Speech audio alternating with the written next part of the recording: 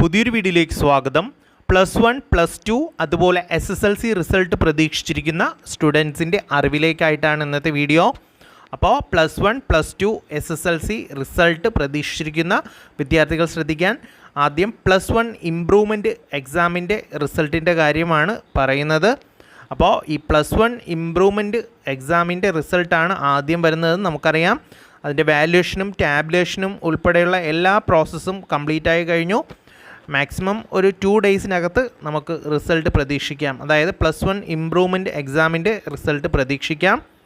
അത് കഴിഞ്ഞ് നമുക്ക് മെയ് ആദ്യ വാരം തന്നെ, അതായത് ഒരു 8-ാം തീയതിക്കകത്ത് തന്നെ SSLCയുടെ റിസൾട്ട് പ്രതീക്ഷിക്കാം. പിന്നെ +2ൻ്റെ റിസൾട്ടും അതിനുശേഷം +1 എക്സാമിൻ്റെ റിസൾട്ടും പ്രതീക്ഷിക്കാം.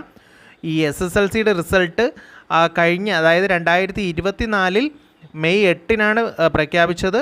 ഇപ്പോൾ നമുക്ക് ഗൂഗിളിൽ സെർച്ച് ചെയ്ത് നോക്കിയാലറിയാം 2025 മെയ് 8 ഒരു ടെൻറ്റേറ്റീവ് ഡേറ്റ് ആയിട്ട് കൊടുത്തിട്ടുള്ളത്. മിക്കവാറും അതിനകത്ത് തന്നെ റിസൾട്ട് പ്രതീക്ഷിക്കാം. അപ്പോൾ ആദ്യം +1 ഇംപ്രൂവ്മെൻറ്റ് എക്സാമിൻ്റെ റിസൾട്ടാണ് നമ്മൾ പ്രതീക്ഷിക്കുന്നത്.